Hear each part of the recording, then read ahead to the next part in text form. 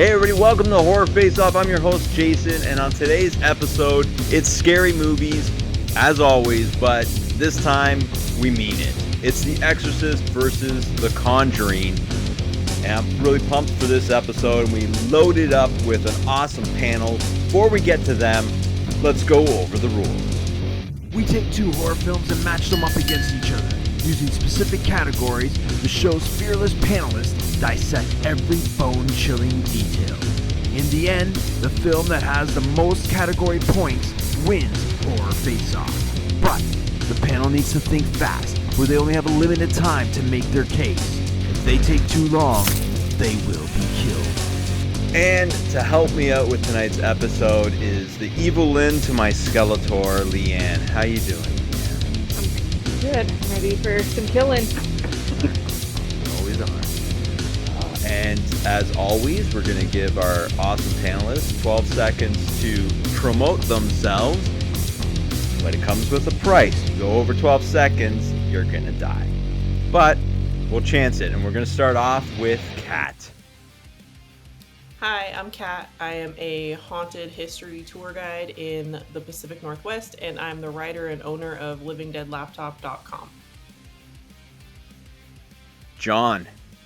My name's John Popa. I still live in Ohio, and since I have nothing going on, I know I won't die.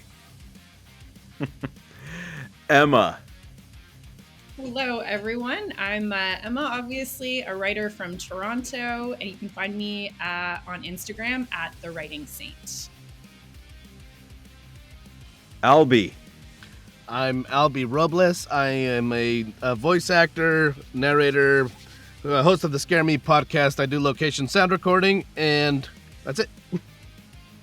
Uncle Pete.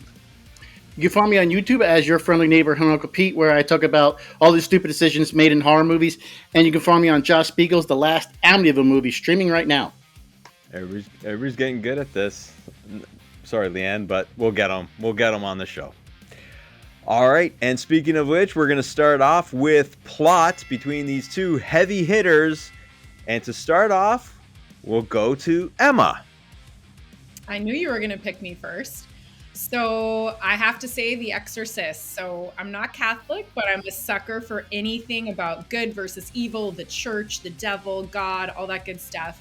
And I love the tight focus on a mother trying to protect her daughter. I love Father Karras' crisis of faith that weaves with their journey. I like Father Merrick's sort of godlike confrontation of evil in the opening scenes that carries through to the end. I just love it. And my favorite part about it is that by the end, there's this message that although Reagan is safe, we as humanity are definitely not. Good triumphs over evil for now, but the underlying message is that this battle, you'll have to fight time. No, there's no underlying message. No, okay. All right, Kat, you're up. I'm going to go with The Exorcist on this one, too. I think both movies have that great, protecting family dynamic, that motherly love, but The Exorcist just has a little bit more. The relationship between Reagan and her mom is so strong, and you can feel, the despair and the panic throughout the whole process. And then also Damien's relationship with his mother, who just passed away, and the grief that he's facing while dealing with that is just a nice contrast to everything that's going on. And then it's all kind of connected between Reagan's possession and all the evil taking place, and it's just more believable as a parental story than The Conjuring, where it just kind of dead. Off to a great start for Leighanne. You're making up for it with the intros. All right, Albie. I'm going to say that The Exorcist, for me, feels like a much... It just feels stronger. It feels a little less contrived. I like The Conjuring a whole lot, but it ultimately feels more written. It feels more like a movie. The Exorcist, to me, is a little more frightening. It feels a little more... It just feels more realistic, and you leave there feeling a little more unsafe. All right. John. Yeah, I think I still lean to The Exorcist, too. I think on the surface, it seems very simple. The girl gets possessed by the devil, but the conflict of interest between the different people, the people of faith, the people of maybe not so much of faith, and the faith itself and the devil, it gets pretty complicated, and it's not just a simple even though the idea of saving the girl is very simple, it's done in a very sort of character-driven and complex way. And I do agree that The Conjuring tends to get a little convoluted in plot as it goes on, and so I think the Exorcist is just much more streamlined as a plot. All right, and Uncle Pete. I'm also going to agree with her, but give it to The Exorcist. I think it's one of the first movies about demon possession, and arguably the best one ever. Exorcist, it revolutionized horror cinema. You got themes of faith. I love the doubt in Father Karras. Nature of evil, arguably one of the scariest movies of all time. Classic example of good versus evil, strong emphasis on psychological and emotional death. There's an intensity to this plot. How many films have copied The Exorcist? It delves into psychological and spiritual aspects of horror rather than The Conjuring, which is your traditional jump scares and atmosphere. We've seen many films like The Conjuring before it came out in 2013. Never seen anything like The Exorcist. Yeah. Nope. All right. I like that ending. Nope. Yeah, he got it in though. He did it. He did well. did. All right. So interesting fact on this round is Exorcist is off to a flying start, but we'll move on to setting. And for this one, we'll start off with Albie. You're up. I'm gonna go with Conjuring for that same reason. It's harder to get away from, plain and simple. It's you're isolated. It feels like you could be on your way out and halfway to town, and it can still get you. And in fact, I think that they tried. So yeah, I'm gonna go with Conjuring. All right, Kat, you're up. I'm also going to go with The Conjuring because the setting is a little bit more frightening to me. They put all their money in this house and they can't just leave the house. They're kind of trapped there. Whereas with The Exorcist, they can be in and out. I don't even think they live there permanently. I think she's just filming a movie where, like, in The Conjuring, they make it very clear this family is low on money. They can't leave. The land is broad that the Bathsheba takes up, and she won't even let the mother leave. She'll kill the mom if she tries to leave. So it's more frightening and eerie, and just the isolation is scary for it. So definitely The Conjuring. All right, we move on to Emma. All right, I'm going to go with The Exorcist. For me, even though there's people around the whole movie, every location creates for me this overwhelming sense of aloneness and alienation. Like, none of the characters seem like they're at home. You've got Father Merrick in Iraq. There's this oppressive heat and sun, these overwhelming sounds.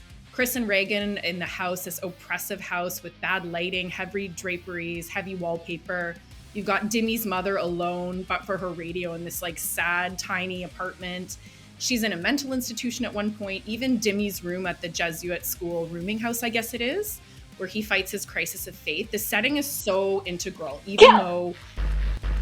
No, you can't keep talking. Dad, don't speak. But well said. Well said. All right, Uncle Pete.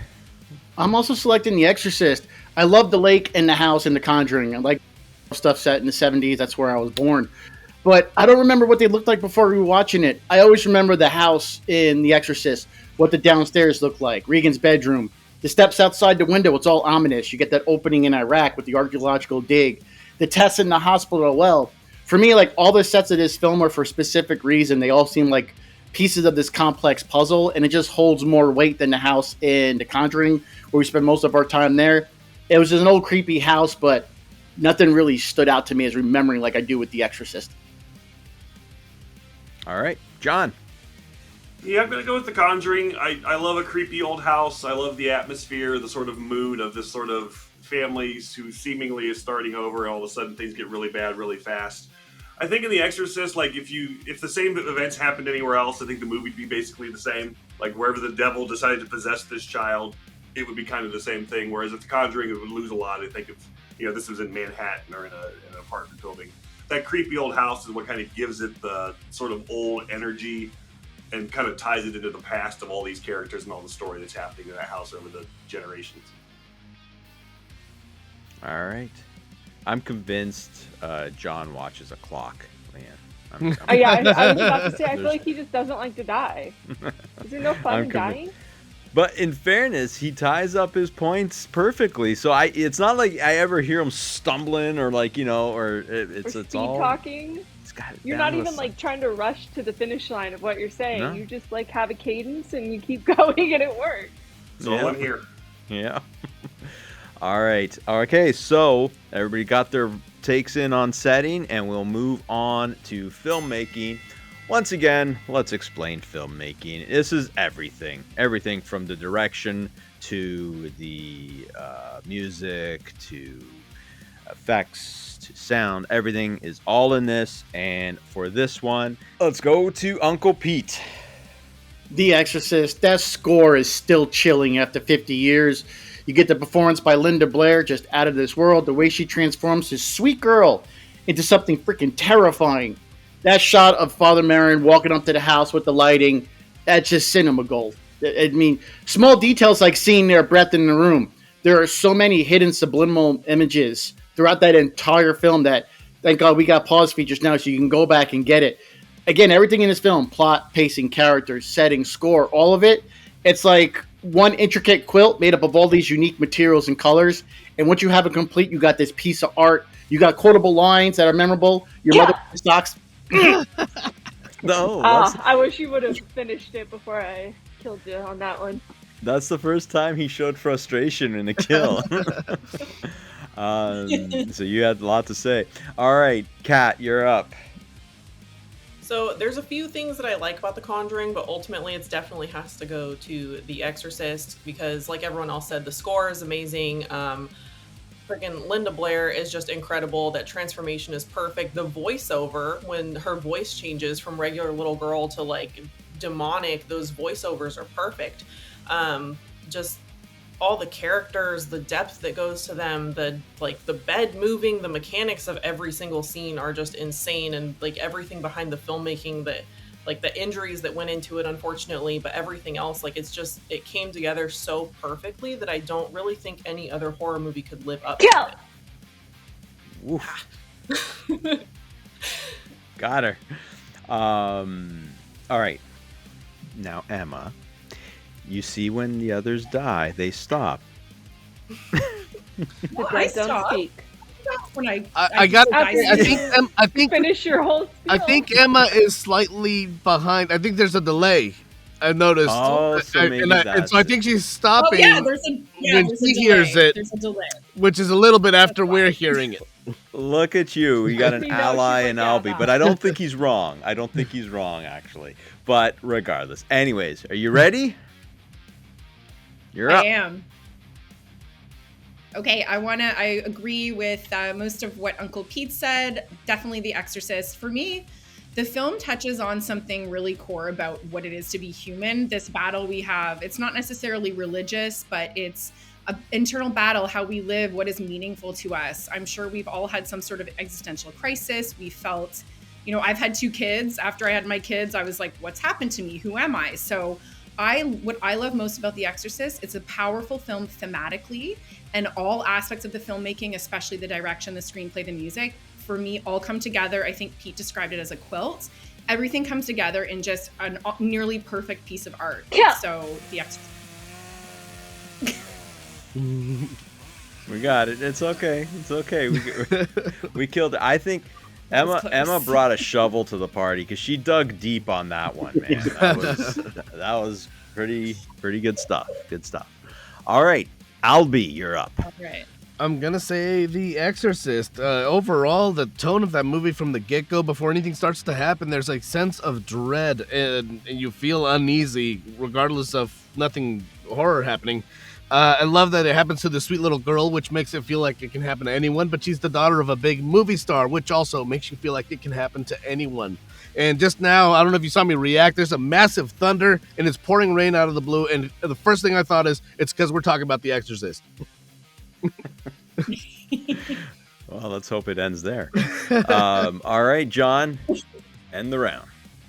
Yeah, I mean, The Exorcist kind of has to take this one. It's historically as good a horror movie as ever been made, and I love that it feels like a lot of times we talk about sort of B movies or exploitation movies. This is like an A-grade Hollywood picture, and the movie stars feel like it. It feels like big stars. Things happening in a really big space. and then the horrors keep getting bigger and bigger, and it kind of twists everything around. There's the sense of dread that someone else mentioned is so perfect. Every time they look down the hallway, you're like, oh man, they gotta go back in that room, don't they? And you just know it's gonna hit the fan when that happens. So yeah, it all works together so perfectly in The Exorcist. It's really never been that good before or since in a lot of ways. He's got a timer. He's got a timer. 38 seconds, you got a timer. The man's just eloquent. and so cool. He knew he was gonna finish in time. I did like that comment of like, you know, every time you see the door at the end of the hallway, you're like, oh, here we go again. A couple of three things I want to mention. If anybody hasn't listened to the audiobook of The Exorcist, give it a listen. Blatty actually narrates it, and his voice is amazing. Like, it is so amazing. Like, you have to give the book, not a read, a listen. A couple of things I want to talk about with filmmaking. I know Leighanne's ready to kill me, but sound design. Anybody that ever wonders what sound design is in films, Exorcist perfected it for horror films. That it is unbelievable.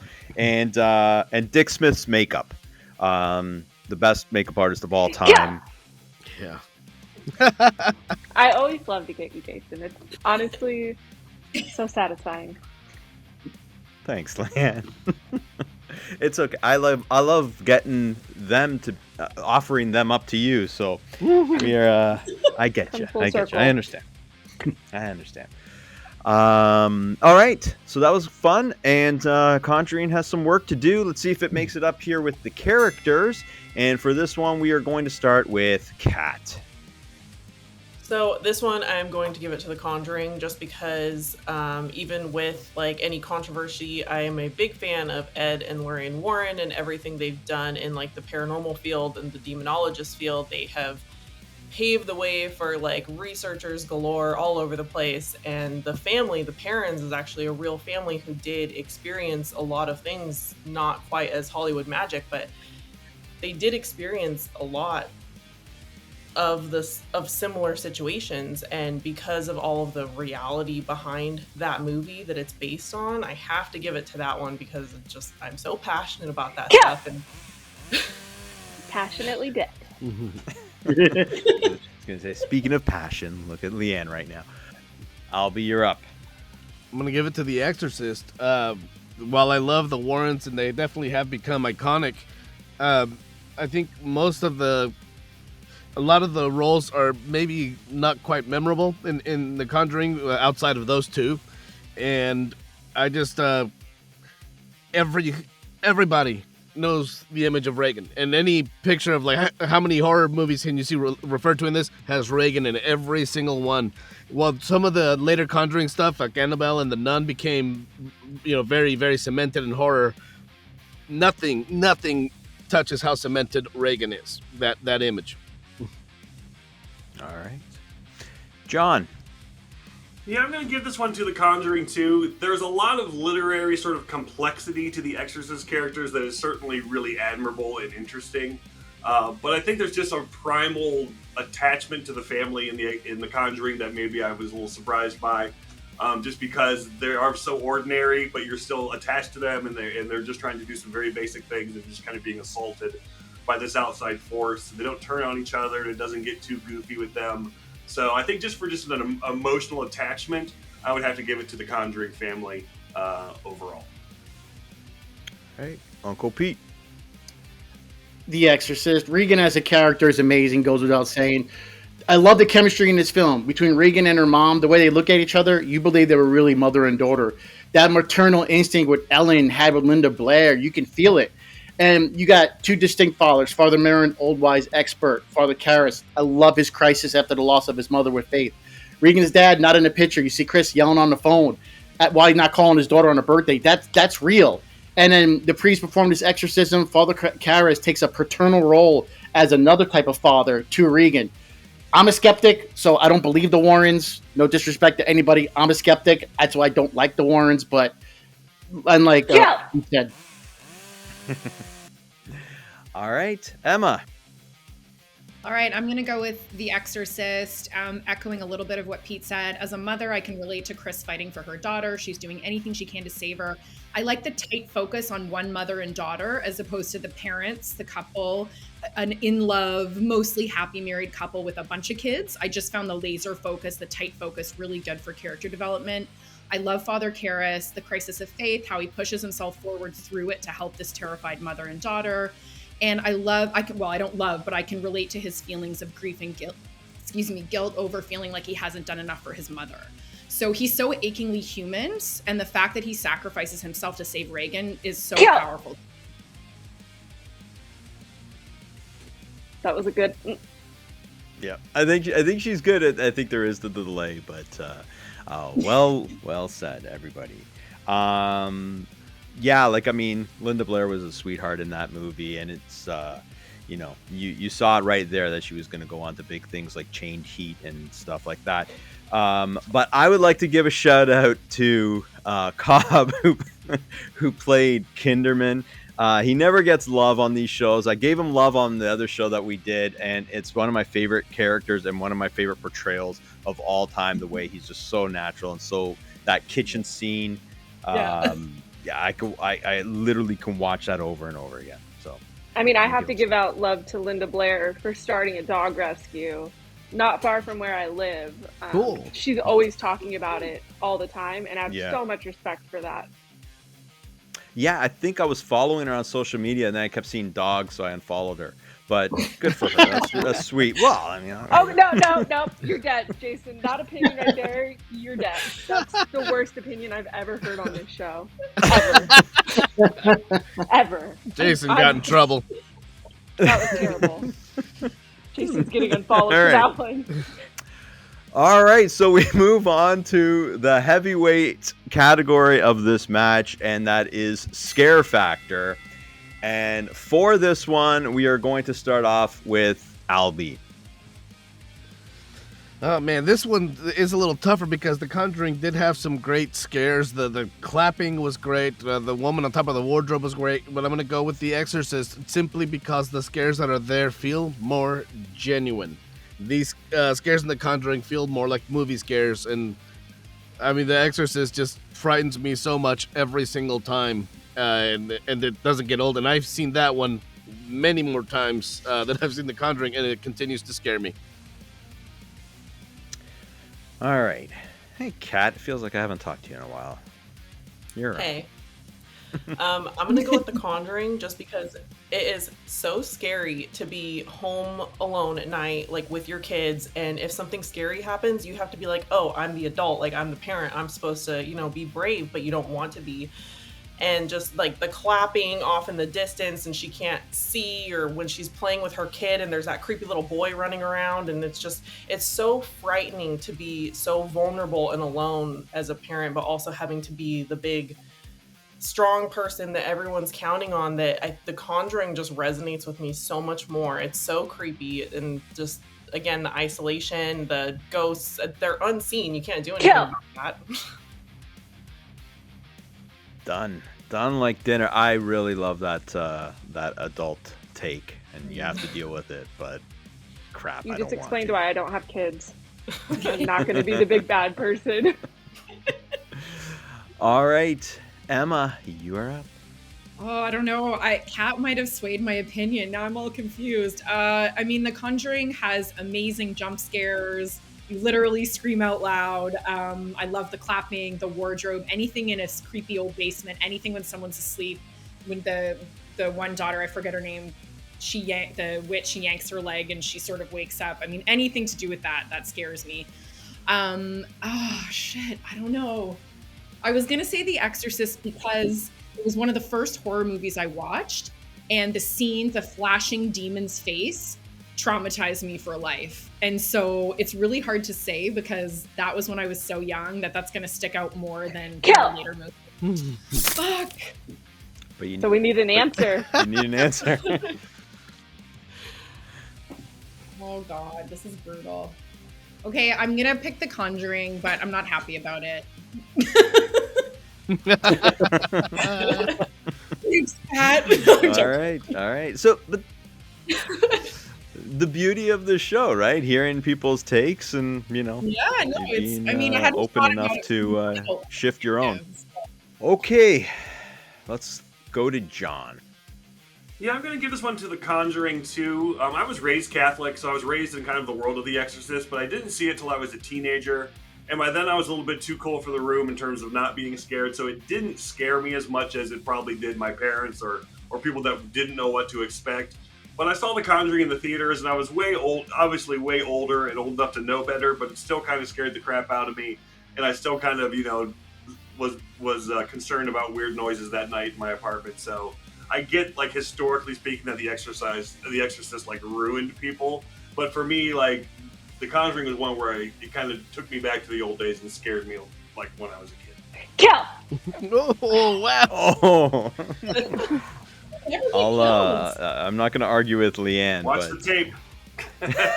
It was 40 on the dot, so.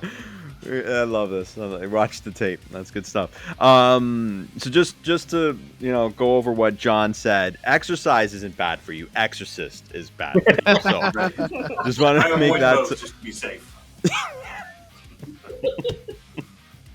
Well done, Uncle Pete, to end the round. I remember the first time I watched The Exorcist as a kid when it was on TV. Scared the crap out of me. As an adult, they did a showing in a theater. I was like, I'm an adult. I'm in my 20s. I'm going to go watch this. I was like white knuckling. It scared the crap out of me. It is The Exorcist. Because there's different type of scares. You got the fear of being a parent. I can't help my kid. People don't know what to do. Then you got just some really graphic, horrifying scenes for the 70s. The crucifix. Your mother wears socks. They smell. All these different words and stuff that they say. It's like, it's shocking. It's terrifying. All these different scares. Just totally the Exorcist. One of the scariest movies of all time. Amazing answer.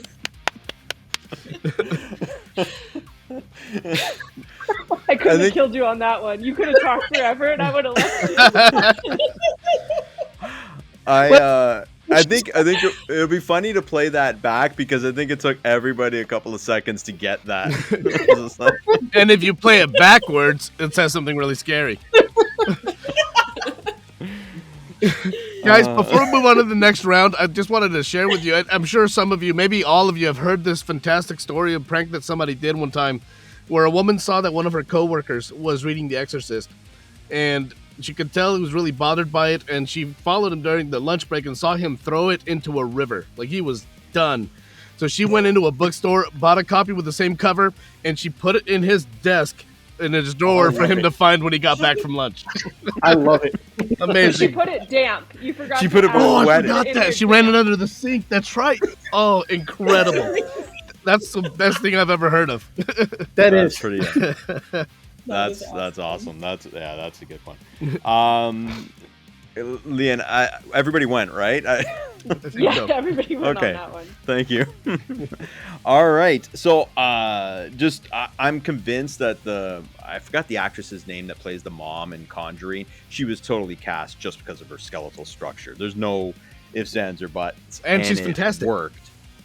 Yeah. Oh, yeah. No, she's a great actress. And I always, Exorcist was the only movie that scared me, and to this day. And, but I'd watch it once in a while, like, because it was scary. So I did. But then there was one year, not too long ago, I got addicted to it. I literally watched it almost every day for a period of time and just fell in love with the actual movie, beyond the scare. But I got addicted to the film, no joke. And it doesn't scare me as much anymore, but still, if any movie does, that one. All right. I was waiting for the kill, but all right. We move on to Posterinos, and for the poster we are going to start. Sorry, are we talking about the antagonist? I'm going to do that after this one. Oh, okay, sorry.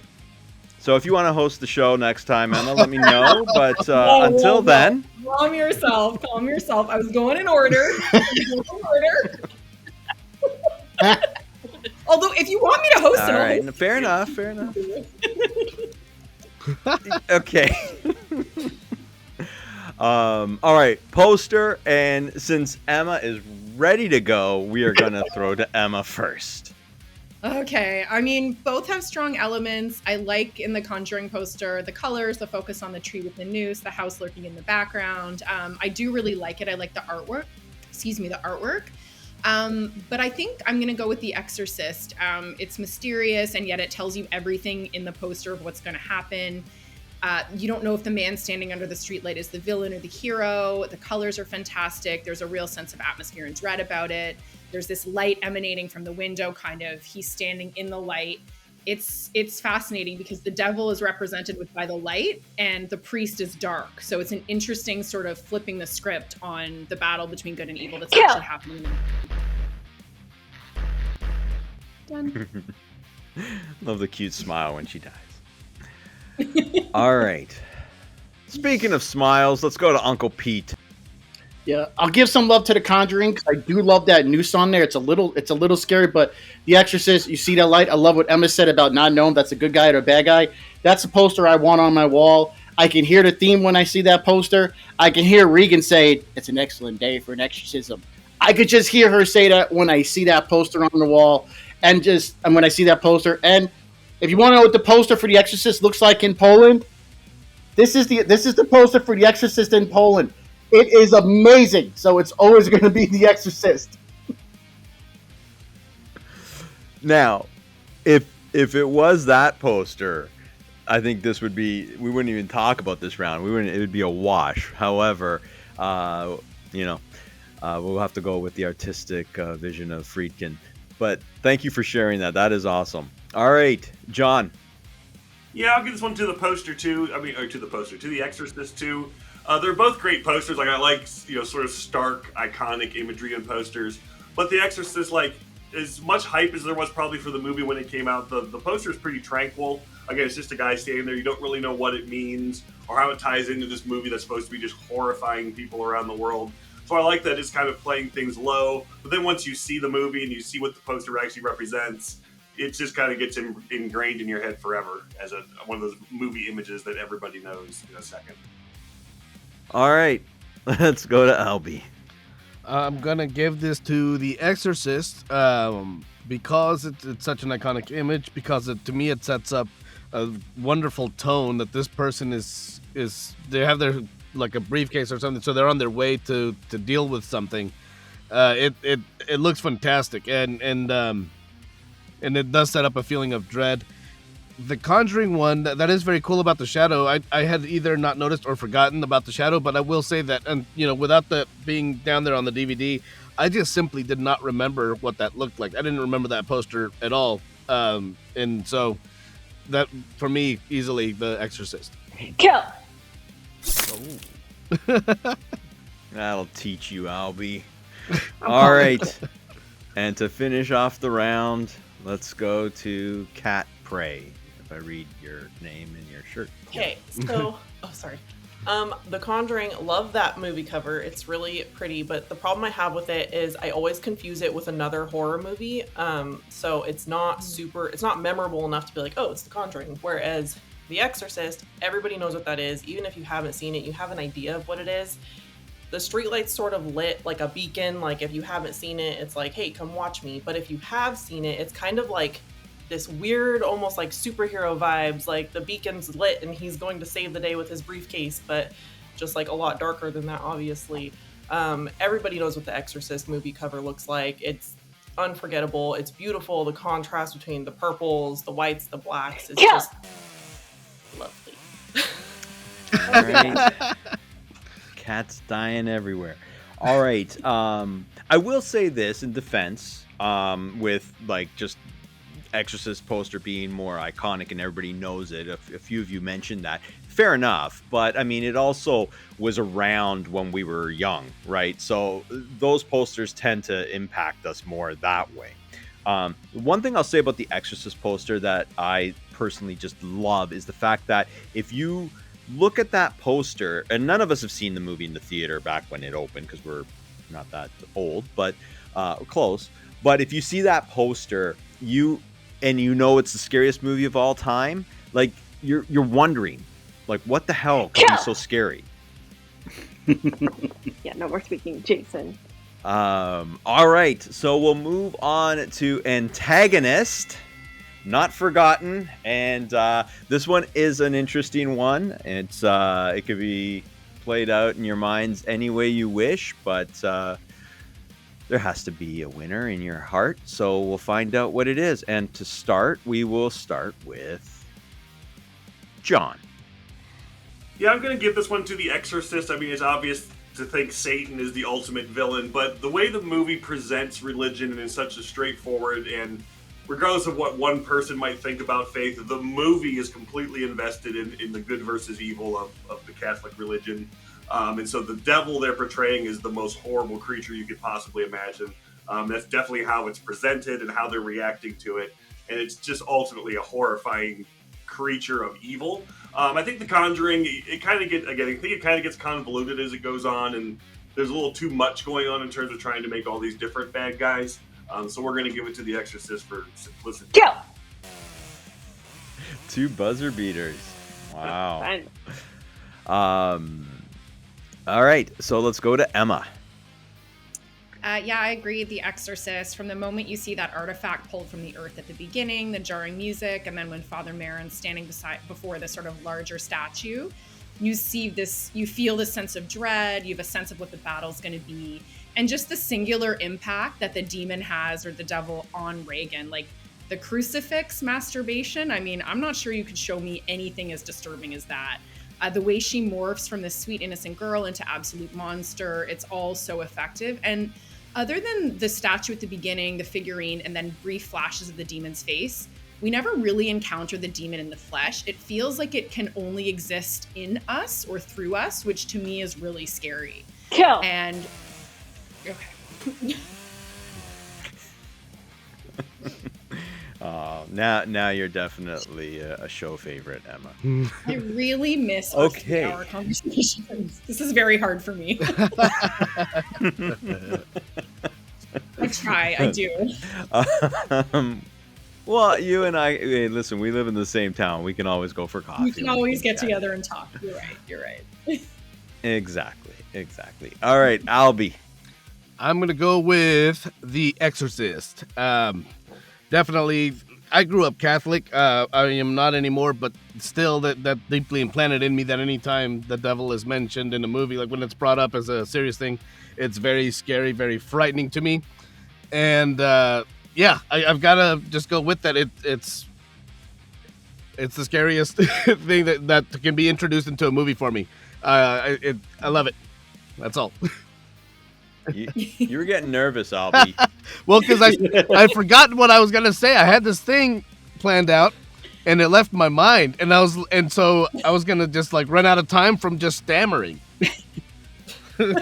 You just gotta go. You gotta bear down, and go for it. You gotta do what John does. John just same tone, same cadence as you said, Leighanne. Just kind of. All right, but well done. Okay, Kat. Okay, I'm gonna give it to The Exorcist because early on in the movie, they ask whether Regan and her mom are like followers of the church, whether they're religious, and they straight up say no. And I think that that's an important thing that it has the viewer reflect on too, is whether you believe in something or you believe in nothing, the devil doesn't give a shit. He's going to come at you one way or the other. And that's really scary, that even if you wholeheartedly do not believe in the devil, he will still like F your life up 100%, and he'll have a great time doing it. And that just makes him like king villain, I guess. Like, it's just... The devil don't play is basically well, now what I'm Kat scared. said. Thanks, Kat. Yeah, that's right. I love that. That was well put. Okay, Uncle Pete. I'm also going to have to give it to The Exorcist, like most everyone else. I like what John said with The Conjuring. It's kind of convoluted, and I also grew up Roman Catholic. But it's more than evil, what he does to Regan. He just doesn't, possess a girl. He does the crucifix thing, and then the top on that is grab the mother's head and does what he does there and just throws the mother against the wall like she was trash. He's having the time of his life. Doesn't care, no morals, nothing. It's just he wants to cause as much pain and discomfort as possible. In The Conjuring, they're touching a foot or moving the covers, or farting in the bedroom and it smells bad. In The Exorcist, it's like, for crying out loud, it's too terrifying. Well, when you put it like that, Pete. I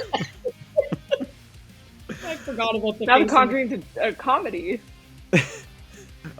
So we, yeah, I mean, all fantastic points. We will move on to the final category of the match, which is the ending. And for this one, we will start off with Albie. Just The Exorcist again for me.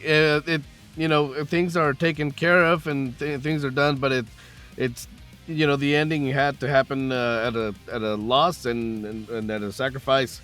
It leaves the viewer sad. It leaves the viewer still uneasy and unsure that things are going to be completely okay. It just the tone is still off, and I love that.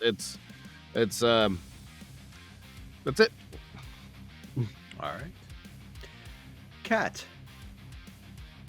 The ending of The Exorcist made me want to seek therapy. So I'm going to give it to The Exorcist. The Conjuring it's happy, it's nice, everything's kind of cured and they're just a happy family again, and that's great. I love that on a day that I want it to be a good day. But if I ever just like want to wake up and just completely just wreck my psyche, then I'm definitely going to go for The Exorcist. So it's a great, beautifully awful, heart-wrenching ending, so I have to give it to The Exorcist. All right. Emma.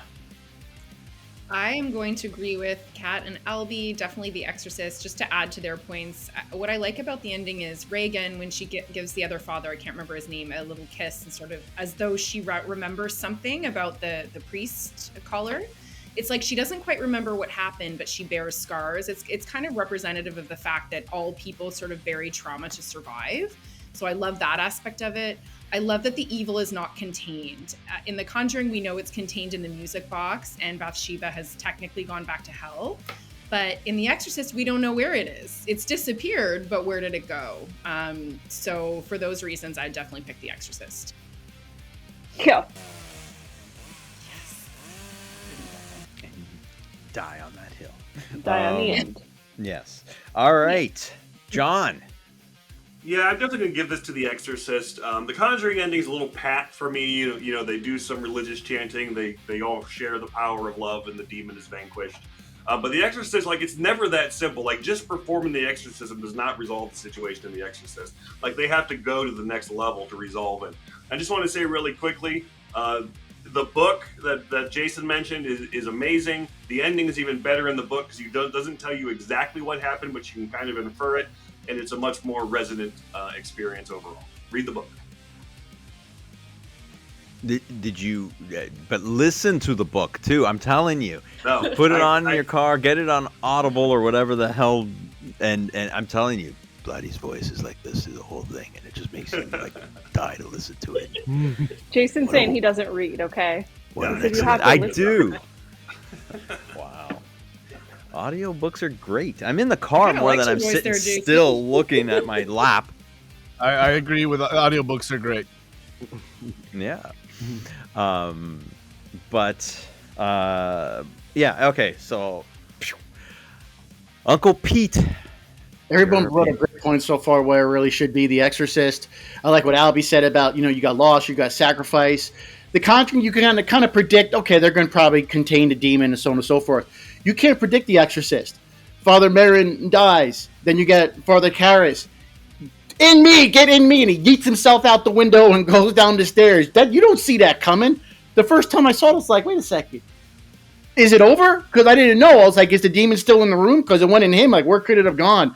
I have so many more questions. I didn't want everything in the Conjuring's a tight little package. The Exorcist, like everybody said, you're like, oh, I need to go pray to Jesus right now because it's just so impactful. You don't know what the hell is going to happen. Is Reagan going to be okay? Is it gone? You just have no idea. Yeah. I gotta say, I don't think Uncle Pete died as much in this episode as he usually does, but I could be wrong. I usually am. And as soon as you said his name, he was off to the races. There was zero pause on that. He was like, I got a lot to say. Yeah, you're right. You noticed that.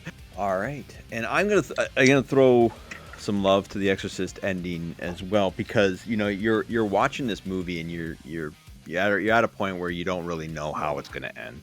But then when Marin goes down, that came out of nowhere, and it literally actually in the movie kind of came out of nowhere, the way it was done and everything like that. So that was pretty amazing. But back in the 70s, you got endings that weren't satisfying for the mass audience, right? So you didn't know if Exorcist was going to end the way you wanted it to end. And yeah, I don't know. Jury's out if it... Kill! I wanted you to say one more word. I was like, say it. I got a lot of kills on you this time. You did. Congrats. All right, so you've got some tabulations to do, but before you do that, I've got an award to hand out, and it's the bloody take of the match. And I think you all had at one point, I wrote something down from all of you. Kat, you had some strong points. Unfortunately, you didn't get the win, but you had some really you actually had some really good, strong, valid points that should have got you the win. Did I lose but Wi-Fi? Because I kind of go for like things that aren't as just I don't know, articulate sometimes. You may have lost a little there, but you've won this before. So I think we can all agree if Uncle Pete could replay that one line that kind of brought the house down, because Uncle Pete, once again, you win, and I think it was very deserving. Will you do us the honors? When Reagan says, your mother wears socks, they smell. Yeah. That's it. There we go. So that is the bloody take of the match, and kudos to everybody else. You all had great points. This was a really, really well articulated matchup, and yeah. So with that being said, let's go to Leighanne. This is definitely a bloodier matchup for all of you since you all died, but I loved all the opinions. Don't shake your head no, John. You died twice. I don't care. You can't deny death. You don't deny death. That's not how that works. There's a lot of dying, but there was a very, very, very clear winner on this film, and it was obviously The Exorcist. Yeah, Exorcist smoked The Conjuring, which I gotta say I'm a little surprised, not because The Exorcist reputation is what it is, but Conjuring's built a pretty big, strong fan base over the last few years, and being more of a modern take on things, I thought it stood a chance.